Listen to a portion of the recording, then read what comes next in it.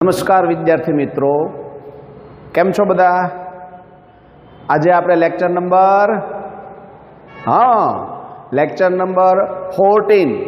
14 ની અંદર આપણે બધા સૌ ભેગા મળ્યા છીએ, બરોબર? લેક્ચર નંબર 14 પ્રકરણ તો આપણે એનું એ જ છે. ઘણું બધું લાંબુ પ્રકરણ છે, સમજવા જેવું છે, મજા આવે એવી છે. અને હવે ધીમે ધીમે આ પ્રકરણની થિયરીના પૂર્ણાહુતિ તરફ આપણે આગળ વધતા જઈએ છીએ, બરાબર? સારું, હવે આપણે લેક્ચર નંબર 13 પૂરું કર્યું ત્યારે મેં છેલ્લે એક વાત કરી હતી કે ભાઈ આપણે વિદ્યુત કોષોનું શ્રેણી જોડાણ, વિદ્યુત કોષોનું સમાંતર જોડાણ એ સમજી લીધા પછી એક નાનો એવો એક મુદ્દો જે ખાલી તમારે ધ્યાન ઉપર જ લાવવાનો છે, બરાબર? એ છે વિદ્યુત કોષોનું મિશ્ર જોડાણ. મિશ્ર જોડાણ એટલે આપણને ખ્યાલ છે કે એની અંદર શ્રેણી જોડાણ જોવા મળે અને સમાંતર જોડાણ જોવા મળે, તો એને આપણે મિશ્ર જોડાણ કહીએ છીએ. એટલે પહેલાં થોડીક વાત તમારી સામે એ મૂકી દઉં, પછી આજના નવા ટોપિક તરફ આપણે આગળ આપણા પ્રવાસમાં વધીએ, બરાબર છે? આપણો શૈક્ષણિક પ્રવાસ બહુ સરસ રીતે ચાલી રહ્યો છે. ચાલો વિદ્યાર્થી મિત્રો, જો અહીંયા મેં લખ્યું છે વિદ્યુત કોષોનું મિશ્ર જોડાણ. એમાં જુદું જુદું EMF ધરાવતા બે વિદ્યુત કોષો, એકનું EMF ε1 છે અને એનો આંતરિક અવરોધ R1 છે. બીજો વિદ્યુત કોષ છે એનું EMF ε2 છે અને એનો આંતરિક અવરોધ R2 છે. આવા વિદ્યુત કોષોને એકબીજા સાથે કઈ રીતે જોડ્યા છે? જો હવે તમને શ્રેણી જોડાણ કોને કહેવાય, સમાંતર જોડાણ કોને કહેવાય એ ખ્યાલ આવવા માંડ્યો છે. એટલે એ બંને વિદ્યુત કોષોને આપણે સમાંતરમાં જોડ્યા છે. હવે બંને વિદ્યુત કોષોને સમાંતરમાં જોડ્યા હોય તો એનો સમતુલ્ય EMFનું સૂત્ર શું થાય? યાદ કરો, આપણે લેસન નંબર 13 ની અંદર, બરોબર, એપિસોડ 13 લેક્ચર નંબર 13 એની અંદર છેલ્લે સૂત્ર તાર્યું હતું ને, એટલે કે આ બંને સમાંતર જોડાણની અંદર રહેલા વિદ્યુત કોષોને દૂર કરી દો અને એક વિદ્યુત કોષ એવો મૂકો કે જેને કારણે પરિપથમાં વહેતો વિદ્યુત પ્રવાહ છે એ આ બંનેના વિદ્યુત પ્રવાહના સરવાળા જેટલો, બરોબર, એટલો થાય. તો એ વિદ્યુત કોષ તમે જો માનો કે અહીંયા જોડી દો તો આ બેની બદલે એક અહીંયા જોડીએ તો આ બેની બદલે જોડેલો એક અને અહીંયા પાછો જે જોડ્યો છે એક, એ બે પાછા કઈ રીતે થશે કયો જોઈ? એ શ્રેણીમાં થયા, બરોબર કે નહીં? એટલે કે આ ε3 EMF વાળો અને જેનો આંતરિક અવરોધ R3 છે એ આ બંનેના સમતુલ્ય EMF સાથે શ્રેણીમાં છે. બસ અગાઉ શીખેલા નિયમ છે, સૂત્ર લાગુ પાડી અને કુલ વિદ્યુત પ્રવાહ મળી જાય, કુલ EMF મળી જાય. આનું EMF મળે તે અને આનું EMF, એ બે EMFનો સરવાળો કરી નાખીએ એટલે આખા પરિપથનો કુલ EMF મળી જાય. તો આવું જે જોડાણ હોય એને મિશ્ર જોડાણ કહેવાય. આવા દાખલાઓ આપણે ગણવાના આવશે, આવા MCQ તમારે આવશે, પરંતુ આવા દાખલા અને આવા MCQની અંદર સ્પીડ આવે એ માટે માત્ર આવા શ્રેણી સમાંતર જોડાણના નિયમ કે ઓમના નિયમ પૂરતા નથી. આથી કરીને આવા બધા પરિપથોનું એનાલિસિસ કરવા માટે, એનું વિશ્લેષણ કરવા માટે આવા શ્રેણી સમાંતર જોડાણ ઉપરાંત ઓમનો નિયમ, એના કરતાં પણ આગળ બીજા નિયમોની પણ જરૂર પડે છે વિદ્યાર્થી મિત્રો. તો આ બીજા નિયમો એટલે જ આપણો આજનો ટોપિક, બરોબર, કિર્ચોફના નિયમો. જ્યોર્જ ગુસ્ટેવ કિર્ચોફ નામનો સાયન્ટિસ્ટ થઈ ગયો. એને ઇલેક્ટ્રિસિટીની અંદર આ પરિપથને લગતા કોયડાઓ ઉકેલવા માટેના એટલા સરસ મજાના નિયમો અને એના પોતાના આઈડિયા આપ્યા છે કે આજના દિવસે જટિલ કહેવાય એવા પરિપથો છે એ બનાવી પણ શકાય છે અને એવા જટિલ પરિપથ આપણી સામે આવ્યો હોય તો એને ઉકેલી પણ શકાય છે. દરેક પ્રકારની સ્પર્ધાત્મક પરીક્ષાની અંદર કિર્ચોફના નિયમનો ભરપૂર ઉપયોગ થતો હોય એવા દાખલાઓ અત્યાર સુધીમાં ઘણી બધી વખત પૂછાણા છે. MCQ ઘણી બધી વખત પૂછાણા છે. એટલે આ કિર્ચોફના નિયમ આપણે સમજવાના છે, જે પરિપથનું વિશ્લેષણ કરવાની અંદર એટલે કે એનું એનાલિસિસ કરવાની અંદર આપણને કામ લાગે. પરંતુ કિર્ચોફના નિયમોની સમજૂતી લેતા પહેલા કિર્ચોફે પોતાના નિયમની અંદર વાપરેલા પારિભાષિક શબ્દો જે છે ને એની સમજૂતી લેવી પડે ભાઈ. જ્યાં સુધી તમે એ શબ્દોની સમજૂતી બરોબર ઓળખો નહીં, જાણો નહીં, ત્યાં સુધી તમે અટવાયા કરો. તો પહેલાં આપણે કિર્ચોફના નિયમને સારી રીતે સમજવા માટે જરૂરી એવા એ પરિપથને લગતા પારિભાષિક નાના નાના જે શબ્દો છે એની સમજૂતી લઈ લઈએ.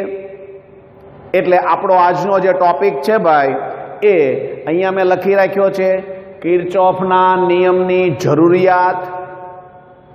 ભાઈ કિર્ચોફના નિયમની જરૂરિયાત સાથી ઊભી થઈ? ઓમનો નિયમ હતો, શ્રેણી સમાંતર જોડાણના નિયમ હતા પરિપથના અભ્યાસ માટે.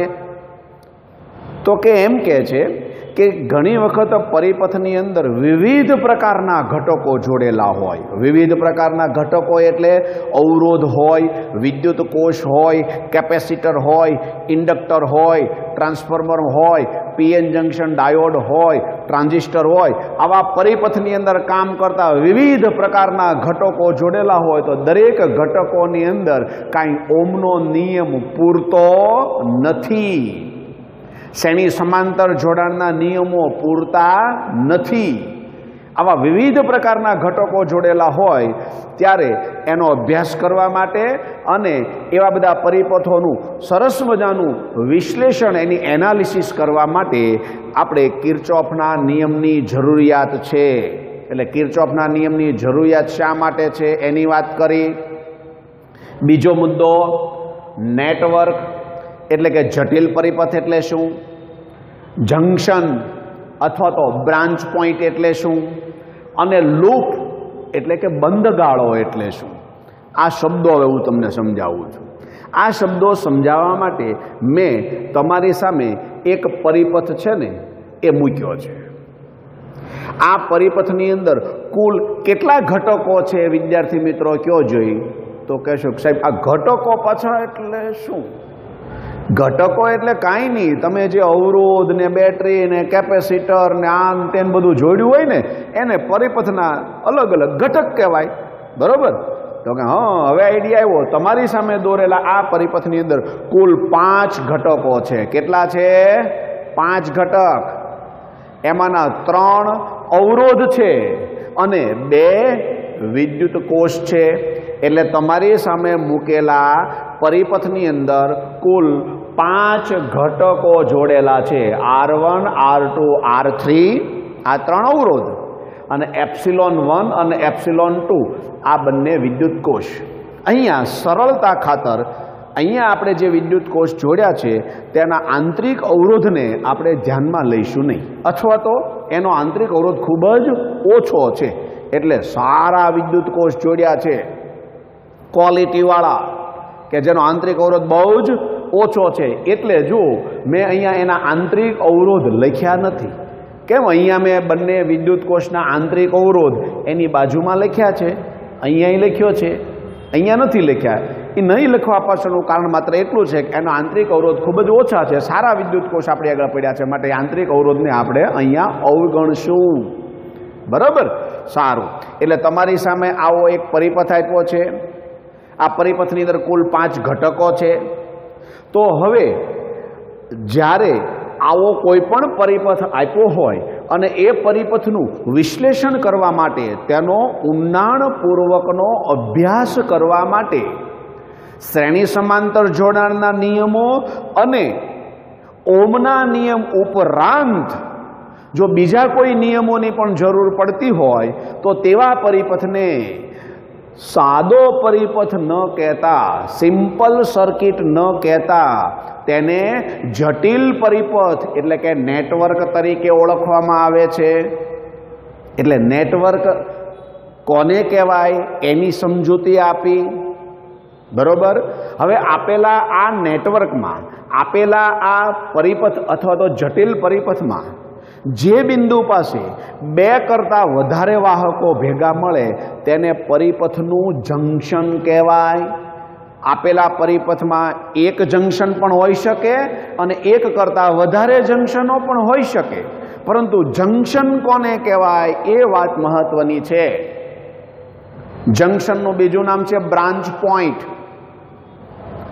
પરિપથની અંદર જે બિંદુ પાસે બે કરતાં વધારે વાહકો ભેગા મળે તેને પરિપથનું જંક્શન કહેવાય. ચાલો, આને પરિપથનું જંક્શન કહેવાય? કહેવાય. હા, શું કામ ન કહેવાય? બોલ. હા, જોયું? પકડી પાડ્યું એને. કારણ કે અહીંયા પરિપથનું આ જે એ બિંદુ છે ત્યાં માત્ર પરિપથના બે વાહક જ ભેગા મળે છે, આ 1 અને 2, માટે એને જંક્શન ન કહેવાય. જંક્શન માટેની વાત શું કરી? પરિપથના જે બિંદુ પાસે બે કરતાં વધારે વાહક ભેગા મળે તેને જ પરિપથનું જંક્શન કહેવાય. આ અર્થમાં હવે તમે મને કહો જોઈ, તમારી સામે મૂકેલા આ પરિપથમાં તમને કુલ કેટલા જંક્શન દેખાય છે? સરસ સરસ સરસ, સરસ, સારું, બરોબર, બરોબર, સાચું સાચું સાચું, વેરી ગુડ, વેરી ગુડ, બરોબર છે. હા, તમે બધાએ કીધું એ પ્રમાણે એક આ ડી અને જી, આ બે પરિપથની અંદર જંક્શન છે. કારણ કે ડી પાસે પણ 3 વાહક ભેગા મળે છે, આ 1, આ 2 અને આ 3, 2 કરતાં વધારે થયા. એવી રીતે અહીંયા પણ જી બિંદુ પાસે પણ 3 વાહકો ભેગા મળે છે, આ 1, આ 2 અને આ 3. તો તેને પરિપથના જંક્શન કહેવાય. હવે આવ્યું લૂપ, એટલે કે બંધગાળો. એટલે શું? તો એ તો બહુ સાદું છે ભાઈ. પરિપથના જે ઘટકો ભેગા મળી અને બંધગાળો રચે, બરોબર કે નહીં, એને પરિપથનું લૂપ કહેવાય. દાખલા તરીકે આ વિદ્યુત કોષ, આ અવરોધ, આ અવરોધ, આ વિદ્યુત કોષ, આ ચારેય ઘટકો ભેગા મળી અને આવો એક બંધગાળો રચે છે તે જોઈ શકાય છે. એ બંધગાળાનું નામ મારે બોલવું હોય તો આ A, B, C, D, H, G, A. જો એ બોલવાનું, જ્યાંથી શરૂ કર્યું હોય ને ત્યાં જ પૂરું કરવાનું, તો જ એ બંધગાળો થાય. એટલે તમારી સામે આ એક બંધગાળો આપ્યો છે. તો પરિપથના જે ઘટકો ભેગા મળી અને બંધગાળો રચે તેને આપેલા પરિપથનું લૂપ કહેવાય. તમારી સામે દોરેલા આ પરિપથની અંદર વિદ્યાર્થી ભાઈઓ બહેનો મને કહો જોઈ, કુલ કેટલા બંધગાળા છે? નહીં, થાપ ખાઈ ગયા. નહીં, એ તો એને કીધું જ, તો એને આ ન પાડું? થાપ ખાઈ ગયા. વિચારો, વિચારો. આ તો એક પઝલ જેવું છે. નાના છોકરાઓ રમતા હોય ને એટલે તમને એવું કહેવામાં આવે કે વિદ્યાર્થી મિત્રો કયો જોઈ, આની અંદર કુલ કેટલા ત્રિકોણ દોરેલા છે? એમ કરીને આમ કરું તો કયો જોઈ, કુલ કેટલા ત્રિકોણ આની અંદર દોરેલા છે? તો તમે હમણાં ગણવા માંડશો કે નહીં? કયો જોઈ, કુલ કેટલા ત્રિકોણ એમ કહું તો? બસ એમ આની અંદર કુલ કેટલા બંધગાળા છે? હા, વાહ વાહ, બરોબર બરોબર, મજા આવી. જો એને પકડી પાડ્યું, જેવું આ કીધું ભેગું પકડી પાડ્યું. બસ આ રમત તમે જે રમો છો ને એવું જ આ ફિઝિક્સ છે, એમાં બીજું કંઈ છે નહીં, સહેલું છે. બરોબર ને? મગજ તમારું કામ કરતું કરો. આવડી ગયું કે નહીં? જોયું? સારું. પરિપથની અંદર કુલ 3 લૂપ છે. એક તો મેં તમને સમજાવ્યું, આ 1, બરોબર. પછી બીજું લૂપ એટલે આ લૂપ થયું, અને ત્રીજું લૂપ તો કે આ લૂપ. આ 3 લૂપ છે, બરોબર. એટલે તમારી સામે મૂકેલા આ પરિપથની અંદર કુલ 3 લૂપ એટલે કે બંધગાળા આપેલા છે. ચાલો, આટલું ખ્યાલ આવી ગયો. જટિલ પરિપથ કોને કહેવાય? જંક્શન અથવા તો બ્રાન્ચ પોઈન્ટ કોને કહેવાય? બરોબર. લૂપ કોને કહેવાય? હવે આ શબ્દો સમજ્યા પછી આપણે કિર્ચોફનો બંને નિયમોની સમજૂતી લેવી છે. એમાં પહેલા આવે છે કિર્ચોફનો પ્રથમ નિયમ. પરિપથની અંદર જે બિંદુ પાસે જંક્શન હોય ને ત્યાં કિર્ચોફનો પહેલો નિયમ લાગુ પડે. આથી કરીને ઘણી વખત કિર્ચોફના પ્રથમ નિયમને જંક્શનના નિયમ તરીકે ઓળખવામાં આવે છે અને કિર્ચોફનો પહેલો નિયમ એ વિદ્યુત પ્રવાહોને અનુલક્ષીને છે, કરંટને અનુલક્ષીને છે. આથી કરીને આપણે જે બધી ચોપડીઓ રેફર કરતા હોઈએ છીએ એની અંદર કિર્ચોફનો પહેલો નિયમ છે ને ભાઈ, એને આવી રીતના પણ લખેલું હોય, કિર્ચોફ્સ કરંટ લો. કારણ કે કિર્ચોફનો પહેલો નિયમ છે એ વિદ્યુત પ્રવાહોના મૂલ્યોને ધ્યાનમાં રાખીને નક્કી કરવામાં આવ્યો છે, નિયમ છે ને એ બનાવવામાં આવ્યો છે, બરોબર કે નહીં? એટલે એને કિર્ચોફ્સ કરંટ લો કહેવાય, ટૂંકમાં એને KCL કહેવાય, બરોબર. તો કિર્ચોફનો પહેલો નિયમ વિદ્યાર્થી મિત્રો શું આપણને બતાવે છે? એ આપણને એમ કહે છે કે ભાઈ સમગ્ર બંધ પરિપથ આપ્યો હોય, ગમે તેટલા લૂપ હોય, એમાં તમે જંક્શન હોય ને ત્યાં જ કિર્ચોફનો પહેલો નિયમ લાગુ પાડી શકો, બરોબર. માનો કે આપણી પાસે આ જે પરિપથ છે એમાં બે જંક્શન છે. કેટલા? બે. એક D અને એક G, કારણ કે ત્યાં ત્રણ વાહકો ભેગા મળે છે ને એટલે. તો જો આ D બિંદુ પાસે આપણે કિર્ચોફનો પ્રથમ નિયમ લાગુ પાડીએ તો એમાં જોઈ શકાય છે કે આ I1 જેટલો વિદ્યુત પ્રવાહ છે એ D તરફ જાય છે, આ I2 જેટલો વિદ્યુત પ્રવાહ છે એ D તરફ જાય છે, અને I3 જેટલો વિદ્યુત પ્રવાહ D થી દૂર જાય છે. તો અહીંયા એક વાત યાદ રાખવાની, જંક્શન તરફ જતા વિદ્યુત પ્રવાહને ધન ગણવાનો અને જંક્શનથી દૂર જતા વિદ્યુત પ્રવાહને ઋણ ગણવાનો. ટૂંકમાં આ બંને પ્રવાહ ભેગા મળી અને કુલ જેટલો પ્રવાહ D બિંદુ આગળ લઈ જાય, આ વાહક એ બેયના સરવાળા જેટલો વિદ્યુત પ્રવાહ જંક્શનથી દૂર લઈ જાય. આ જંક્શન તરફ જાય, આ જંક્શન તરફ જાય, I1 અને I2 બંને જંક્શન તરફ ગયા, ત્યાં બે ભેગા થઈ અને I3 બની ગયું. તો જંક્શન પાસે જુદા જુદા વાહકો ભેગા મળી જેટલો વિદ્યુત પ્રવાહ જંક્શન તરફ લાવે છે, બીજો એક વાહક છે એટલો જ વિદ્યુત પ્રવાહ એને જંક્શનથી દૂર લઈ જાય છે. એટલે જંક્શન પાસે વિદ્યુત પ્રવાહ જમા નથી થતો, ત્યાં વિદ્યુત પ્રવાહનો નાશ નથી થતો, કે ત્યાં વિદ્યુત પ્રવાહ છે એ ઉત્પન્ન નથી થતો. જાણીતું હોય એવું લાગ્યું ને, ઉર્જા સંરક્ષણના નિયમ જેવું, બરોબર. અને એટલે જ કિર્ચોફનો પહેલો નિયમ છે ને એ વિદ્યુત ભારના સંરક્ષણના નિયમ તરીકે પણ ઓળખાય છે. અને જંક્શન પાસે ભેગા મળતા વિદ્યુત પ્રવાહોનો બેઝિક સરવાળો શૂન્ય થાય, આમે કહેવાય.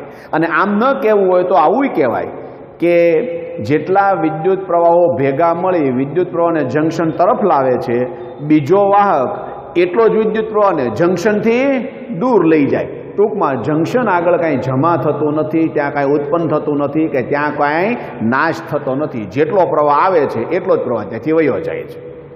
એટલે જંક્શન પાસે સિગ્મા I = 0 એવું કહેવું હોય તો કહેવાય, બરોબર. સારું, આ બાબતને નિયમ સ્વરૂપે કેમ લખાય? આ પ્રમાણે વિધાન સ્વરૂપે કોઈ પણ જંક્શન આગળ દાખલ થતા પ્રવાહોનો સરવાળો, મને કયો જોઈ, આપણે જે જંક્શન લીધું એ જંક્શન આગળ દાખલ થતા પ્રવાહો એટલે કોણ? I1 અને I2, આ બંનેનો સરવાળો એટલે કે સિગ્મા I એ જંક્શનની બહાર નીકળતા પ્રવાહોના સરવાળા બરોબર હોય છે. અહીંયા તો 3 જ જંક્શન છે એટલે 2 દાખલ થયા તો 1 બહાર નીકળ્યું, પણ ઘણી વખત એવું પણ બની શકે ને કે 2 દાખલ થયા ને 2 બહાર નીકળતા હોય. આવું બને ને ભાઈ, કારણ કે એ બિંદુ પાસે 4 વાહક ભેગા થયા હોય તો આવું બને. ટૂંકમાં અહીંયા આપણને એવું કહે છે કે I1 વત્તા I2 બરોબર I3, બરોબર. એ આપણે આને લાગુ પાડી અને કીધું. સમજાણું? આ કિર્ચોફનો પહેલો નિયમ બહુ સહેલો છે. જે સમયે જેટલો પ્રવાહ આવે છે એ જ સમયે એટલો જ પ્રવાહ ત્યાંથી વયો જાય છે, બરોબર. અથવા તો જેટલો આવે છે એટલો જ પ્રવાહ ત્યાંથી જાય છે. I1 અને I2 બે ત્યાં આવ્યા અને એ બેના સરવાળો જેટલો ત્યાંથી વયો ગયો. આવું આપણે સમજાયું. આને કિર્ચોફનો પહેલો નિયમ કહેવાય. ક્લિયર? બહુ સહેલો છે. દાખલા ગણતી વખતે પાછો હારો આપણે ગણતાઈ જશું, તમને ખ્યાલ આવતો જશે. હવે આવે છે કિર્ચોફનો બીજો નિયમ. હા, એક વાત યાદ રાખવાનું, આપણને જો એવું પૂછવામાં આવે કે કિર્ચોફનો પહેલો નિયમ શેનું સંરક્ષણ સૂચવે છે, તો આપણે કહેવાનું કે કિર્ચોફનો પહેલો નિયમ વિદ્યુતભારના સંરક્ષણના નિયમ તરીકે પણ ઓળખાય છે. કારણ કે તમે જ્યારે વિદ્યુત પ્રવાહની વાત કરો છો ત્યારે હકીકતમાં વિદ્યુત પ્રવાહ એટલે પ્રતિ સેકન્ડે કોઈ વાહક તારના આડછેદમાંથી પસાર થતો વિદ્યુતભારનો જથ્થો, એટલે વિદ્યુતભારની જ વાત કરે છે. સરસ. હવે આવે છે કિર્ચોફનો બીજો નિયમ. કિર્ચોફનો બીજો નિયમ છે ને એ વિદ્યુત સ્થિતિમાનને લગતો નિયમ છે, બરોબર. આથી કરીને કિર્ચોફના બીજા નિયમનું પહેલાં હું વિધાન વાંચું છું અને પછી એને સમજાવું છું. બીજો નિયમ બરોબર સમજજો, બહુ મજા આવે એવો છે અને ખૂબ જ અગત્યનો છે. જો બીજા નિયમને લાગુ પાડવામાં ભૂલ કરો તો એને લગતા કોયડાઓ છે, દાખલાઓ છે, MCQ છે, એ સોલ્વ કરવામાં તકલીફ પડશે. એટલે પહેલાં હું વિધાન બોલું છું અને પછી કિર્ચોફનો બીજો નિયમ કેમ લાગુ પાડાય એ સમજાવું છું. તમને ગળે ઉતરી જવું જોઈએ ભાઈ, બરાબર? સારું. જો કિર્ચોફનો બીજો નિયમ એ સામાન્ય રીતે બંધ ગાળાની અંદર જ લાગુ પડે છે એવું કહેવાય. હા, વિશિષ્ટ કિસ્સાઓની અંદર હું વાત તમને સમજાવીશ.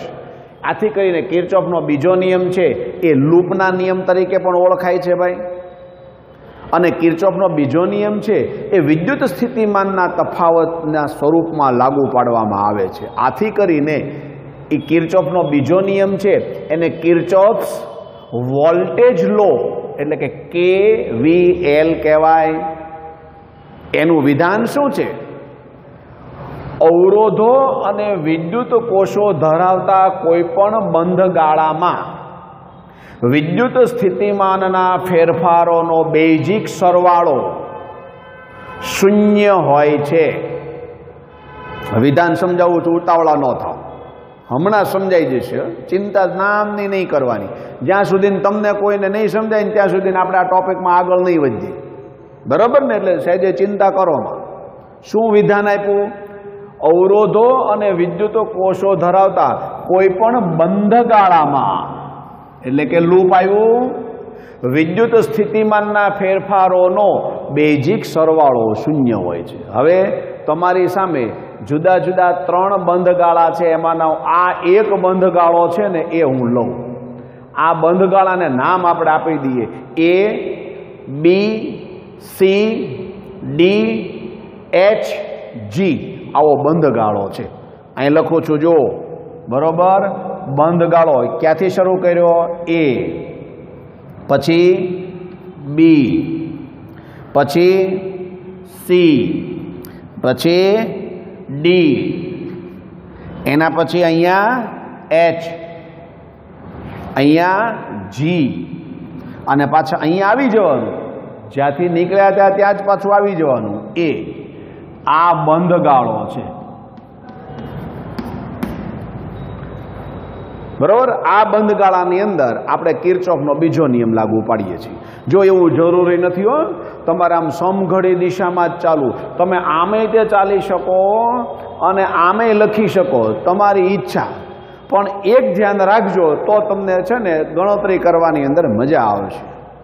માનો કે એક કરતાં વધારે બંધ ગાળા હોય તો પહેલો કોઈ બંધ ગાળો છે એમાં તમે આમ કરીને આ દિશાની અંદર ચાલ્યા, આમ કહીને આમ ચાલ્યા, તો પછી બીજા બંધ ગાળામાં તે તમારે બને ત્યાં સુધી એ જ દિશા પસંદ કરવાની. આમ પછી એવું ન કરતા કે સાહેબ આની અંદર અમારે આમ કહીને આમ ભ્રમણ કરવું છે અને આની અંદર આપણે આમ કરવું, નહીં, એવું નહીં કરવાનું, બરાબર. નકામા આપણે ગૂંચવાઈએ એવું નહીં કરવાનું. જવાબ તમારે સમઘડી દિશામાં ભ્રમણ કરવું હોય કે વિષમઘડી દિશામાં, એ છૂટ. પણ પછી એવું નહીં કરવાનું કે એકમાં સમઘડી દિશામાં અને બીજો બંધ ગાળો છે એમાં વિષમઘડી દિશામાં, એવું નહીં કરવાનું, બરાબર કે નહીં? જેમ સહેલું પડે અને આપણે કોઈ જગ્યાએ ટલ્લે ન ચડીએ ને એવી રીત અપનાવવાની, સહેલામાં સહેલી રીત અપનાવવાની. પછી અઘરું છે એ તો અઘરું છે જ, પણ સહેલું છે એને અઘરું નહીં બનાવવાનું. આ ધ્યાન રાખવાની વાત છે ભાઈ, બરોબર. હવે આ બંધ ગાળામાં કિર્ચોફનો બીજો નિયમ લાગુ પાડીએ છીએ. હવે કિર્ચોફનો બીજો નિયમ લાગુ પાડીએ ત્યારે સંજ્ઞા પ્રણાલીની તમને વાત કરું છું. તમે બંધ ગાળાની અંદર જ્યારે મુસાફરી કરતા હો, આપણી આંગળી મુસાફરી કરે છે એમ માનીને ચાલો, નિશાનીમાં ભૂલ ન પડે એટલે હું તમને આ એક સ્કિલ આપું છું. તમે બંધ ગાળાની અંદર જે દિશામાં મુસાફરી કરતા હો, બરોબર કે નહીં, ત્યારે તમારી મુસાફરીની દિશામાં જ જો વિદ્યુત પ્રવાહ ગતિ કરતો હોય તો આ વખતે કોઈ અવરોધના બે છેડા વચ્ચેનો વિદ્યુત સ્થિતિમાનનો તફાવત ઋણ લેવો. દાખલા તરીકે સમજો, હું જે કહું છું એનું અર્થઘટન સમજવાનું. હું અહીંયા A થી B પાસે આવ્યો તો વચ્ચે એક ઘટક આવ્યો વિદ્યુત કોષ, બરોબર. A થી B પાસે ગયા એટલે હકીકતમાં તમે બેટરીના ઋણ ધ્રુવથી ધન ધ્રુવ આગળ ગયા. હું બેટરીમાંથી ગતિ નથી કરતો, હું બેટરીના ઋણ ધ્રુવથી બેટરીના ધન ધ્રુવ આગળ ગયો. એટલે ઋણથી ધન આગળ ગયા એટલે ધન, એટલે એ વિદ્યુત સ્થિતિમાન છે ને એ ધન લેવાનું. ક્યારે? વિદ્યુત કોષ હોય ત્યારે.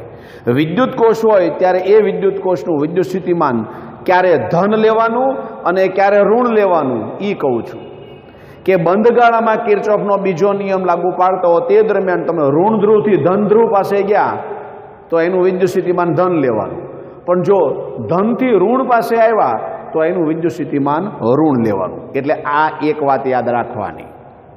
બીજી વાત કે વિદ્યુત કોષની બદલે તમે મુસાફરી કરતા હો તે દરમિયાન અવરોધ આવ્યો અને અવરોધના બે છેડા વચ્ચેનો વિદ્યુત સ્થિતિમાનનો તફાવત એટલે આપેલો અવરોધ ગુણ્યા એમાંથી વહેતો વિદ્યુત પ્રવાહ એટલે કે I ઇન્ટુ R. તો આ I ઇન્ટુ R ક્યારે ધન લેવાનું ક્યારે ઋણ લેવાનું? તો કે તમે વિદ્યુત પ્રવાહની દિશામાં જતા હો તો I ઇન્ટુ R ઋણ લેવાનું અને વિદ્યુત પ્રવાહની વિરુદ્ધ દિશામાં જતા હો તો I ઇન્ટુ R છે તે ધન લેવાનું. વિદ્યુત પ્રવાહની દિશામાં ઋણ લેવાનું અને વિદ્યુત પ્રવાહની વિરુદ્ધ દિશામાં ધન લેવાનું. હવે આ વસ્તુ હું લાગુ પાડીને બતાવું ને તો તમને સમજાઈ જાય. હવે સમજો, અને ન સમજાય તો હાથ ઊંચો કરીને તરત પ્રશ્ન પૂછવાનો, નહીતર તો આનો કોઈ અર્થ ખરો ભાઈ?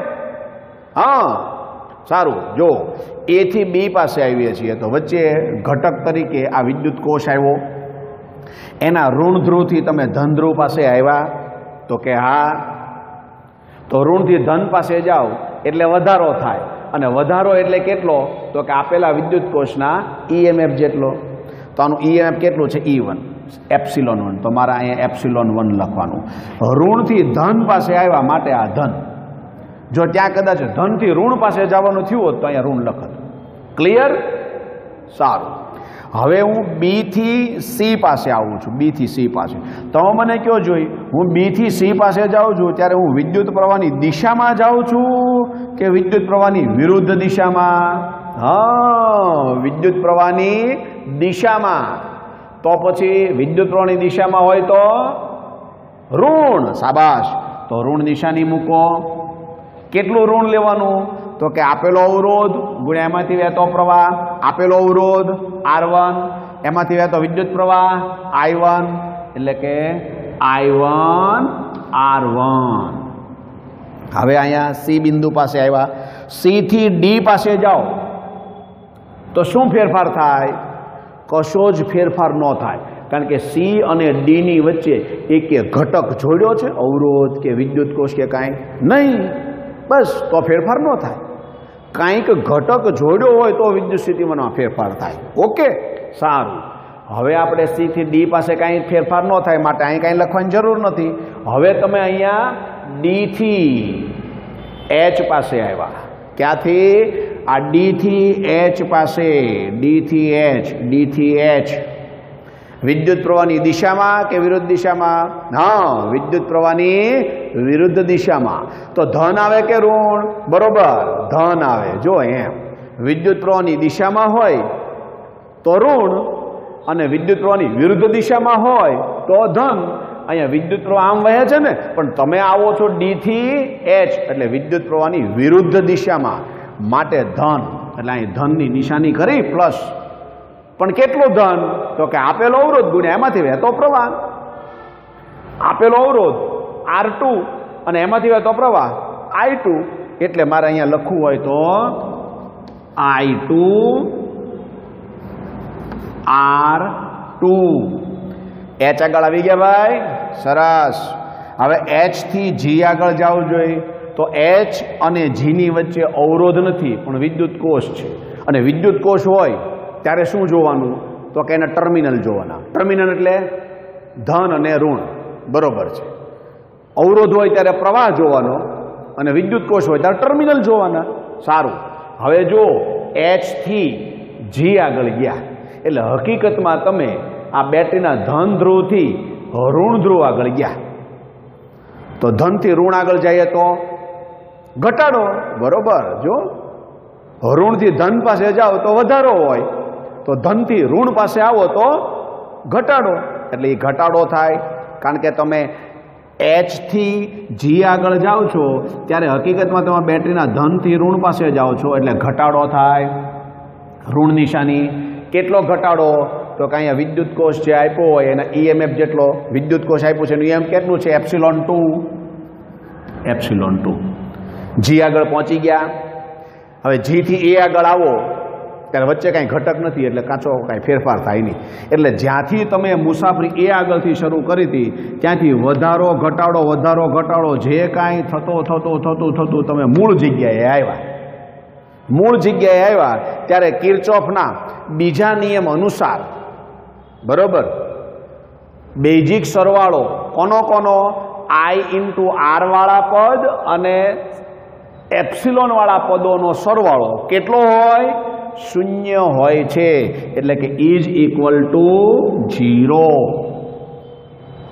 કેટલું સરસ મજાનું ક્લિયર થઈ ગયું, કયો જોઈએ. અને કદાચ નહીં ક્લિયર થોડું ઘણું ન થયું હોય ને તો આનું આ લેક્ચર પાછું ફરી વખત તમે જોઈ જાઓ, સાંભળી જાઓ, રસ લઈને આગળ વધો. ક્લિયર થઈ ગયું. અને એનો જે ફાયદો થાય ને એ હવે તમને લેક્ચર નંબર 15માં મળશે, બરાબર.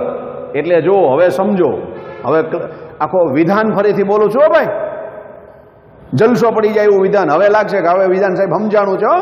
જો વિધાન શું છે? અવરોધો અને વિદ્યુત કોષો ધરાવતા કોઈ પણ બંધગાળામાં વિદ્યુત સ્થિતિમાનના ફેરફારોનો બેઝિક સરવાળો 0 હોય છે. વિદ્યુત સ્થિતિમાનનો ફેરફાર એટલે ઉર્જામાં થતો ફેરફાર, ઉર્જામાં થતા આ બધા ફેરફાર એવી જ રીતના થાય છે કે જેથી કરીને કુલ ઉર્જા છે એ અચળ રહે, એટલે કે ઉર્જામાં થતો ફેરફાર 0 કહેવાય.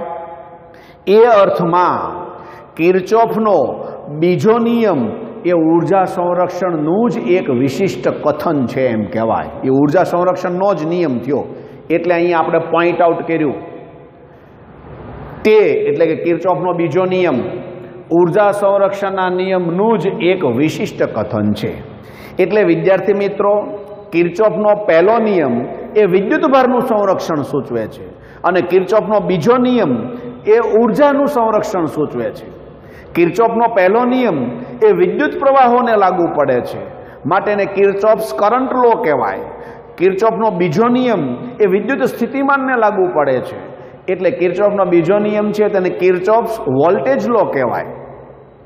તમે કિર્ચોફનો બીજો નિયમ લાગુ પાડો ત્યારે પ્લસ માઇનસ નિશાનીઓ કઈ રીતે લેવાની? તો કે વિદ્યુત પ્રવાહની દિશામાં તમે મુસાફરી કરતા હો અને જો અવરોધ આવે તો મુસાફરી તમારી વિદ્યુત પ્રવાહની દિશામાં હોય તો ઋણ નિશાની આપવાની, પણ તમારી મુસાફરી વિદ્યુત પ્રવાહની વિરુદ્ધ દિશામાં હોય તો ધન નિશાની આપવાની.